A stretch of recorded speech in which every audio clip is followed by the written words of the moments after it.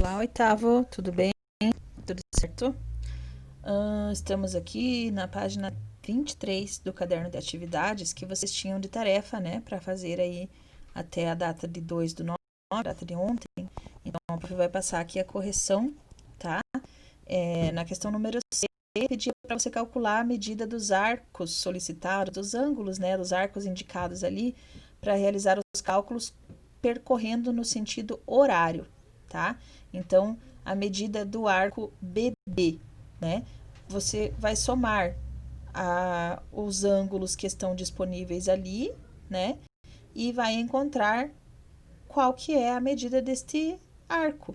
Então, você pega ali o B, né? E o D, você tem uma distância de 117 graus, pois temos um ângulo de 27 e o outro ângulo é de 90 graus, certo? Porque é um ângulo que está cortado aqui, né? Nós estamos com o centro da circunferência ali, indicando então que aqui, como é um ângulo oposto pelo vértice, ó, o de lá tem 90, o daqui também tem 90. Por isso é 117. O arco EA, né? O arco EA, ali onde nós temos 155, porque foi somado então o 65 aqui do EF, tá? E o 90 aqui do AF, né? Então, arco EA, somando os dois ângulos, 155. Bem simples esses cálculos aqui, tá? Arco da letra C, arco FB. Da mesma forma, vou encontrar os dois ângulos indicados ali. Nós temos do ângulo F até o ângulo B, nós teríamos uma quantidade. Poderíamos usar aqui com o 90 ou 27 também, né? Mas ele preferiu utilizar tudo aqui, ó, que você sabe que é o total 180. Então, ele usou 180, que é o total, e diminuiu só o 27 graus que está aqui nesse cantinho. Então, 180 menos 27, 53 graus, tá? O ângulo, a letra D, o arco, né? 180 menos mais 65, porque é o arco EC. Então, no mesmo formato, você vai pegar aqui do E até o C, quanto você teria, né? Como a gente está seguindo sempre no sentido horário, então, este arco aqui, tá? 180 mais 65, e aí nós teríamos 245 graus, né? A letra E, onde pede para nós encontrarmos o arco EB.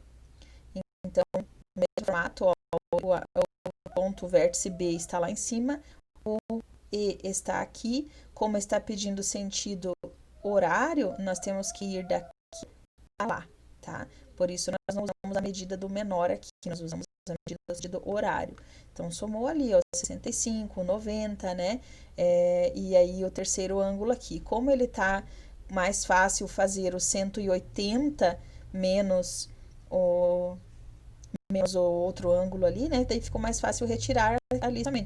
Então, 180 menos 27, porque daria 180 se fosse aqui, né?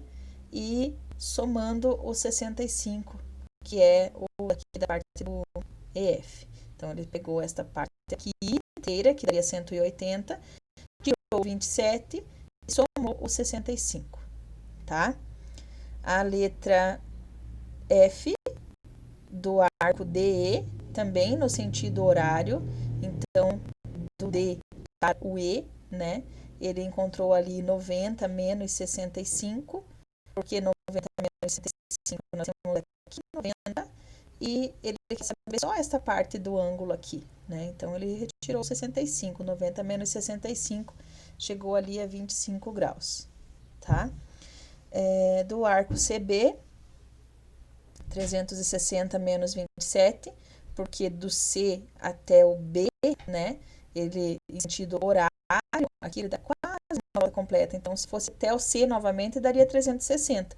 Então, ele usou 360 menos o 27, tá? Por ser em sentido horário, né? E a última, letra H, o arco BA. Então, também aqui no sentido horário, como não é só este espacinho aqui que ele quer saber, AB, né? Ele quer saber BA.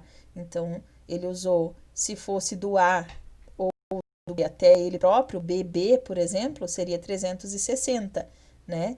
Como ele quer saber do B até o A, então ele usou diminuindo só o 27 graus que está ali, ou somando, né, o 27 graus, porque daí dá uma volta completa até ele, né, mais os 27 graus. Então, 270 mais 27, 297 graus.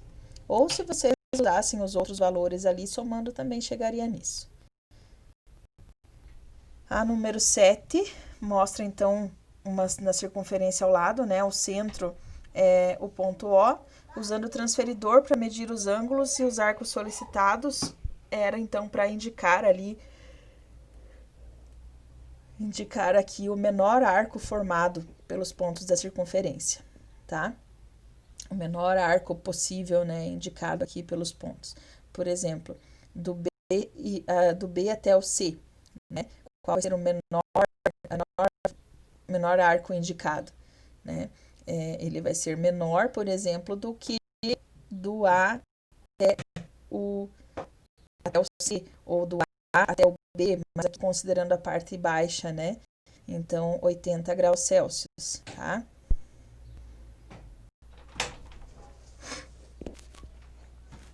Então, aqui, né, utilizando sempre o menor arco formado entre esses pontos.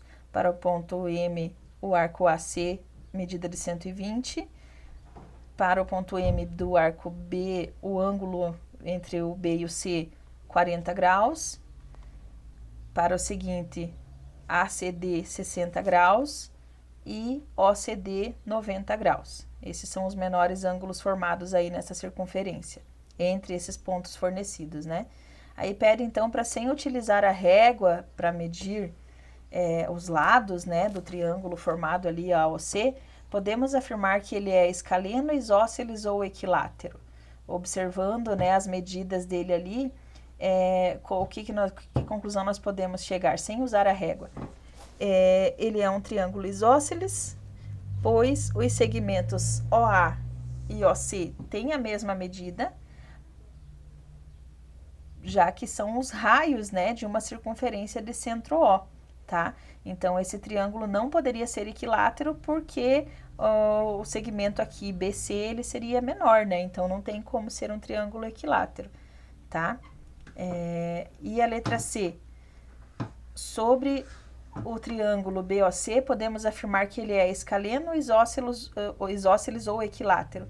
Justifique a sua resposta também, né? O triângulo BOC, aqui utilizado então com este pontinho aqui, ó, BOC.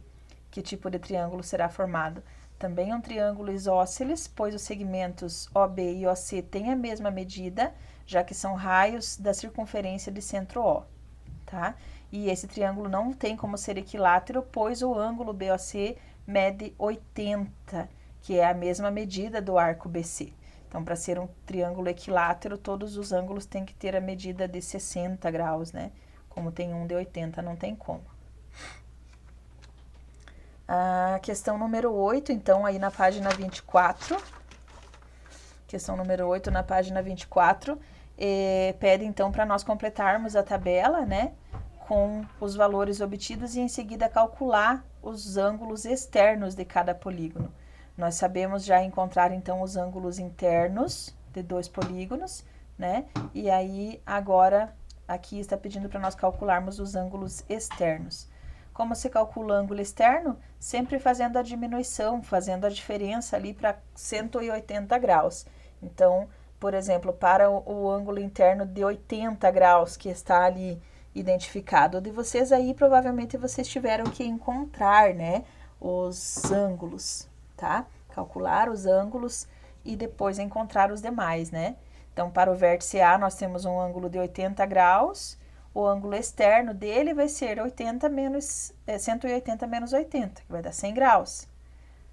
Para o vértice B, nós temos um ângulo de 120, 180 menos 120, o ângulo externo vai ser 60 graus. Para o vértice C, nós temos o ângulo interno de 90, o ângulo externo também vai ser 90. 90 com 90, 180, né? E para o vértice D, nós temos um ângulo de 70 graus interno e o externo 110. A soma dos ângulos internos, que vocês já aprenderam a fazer, né? Sempre tem que fechar em 360. Soma dos ângulos internos é 360 graus, então, e a soma dos ângulos externos também. 80 mais 120 mais 90 mais 70. E a dos externos, 100 mais 60 mais 90 mais 110. 360. Trouxe aqui uma outra figura, então, né? Um outro polígono, também pedindo para indicar aqui os ângulos internos e externos, tá? Encontra-se, né, a medida dos ângulos face à diferença de 180 menos o ângulo interno para encontrar o resultado aqui para o ângulo externo. E aí, depois faz a soma dos ângulos internos e externos. Lembrando que os ângulos internos deste polígono, né, que tem 5 lados, ele é diferente da soma dos ângulos externos, tá? Porque o quadrilátero, ele tem 360 graus na parte interna dele também, né? Agora, o pentágono não, o pentágono tem 540 graus na parte interna. E na parte externa, normal, 360, tá? Então, essa foi a última questão ali da página 24, né?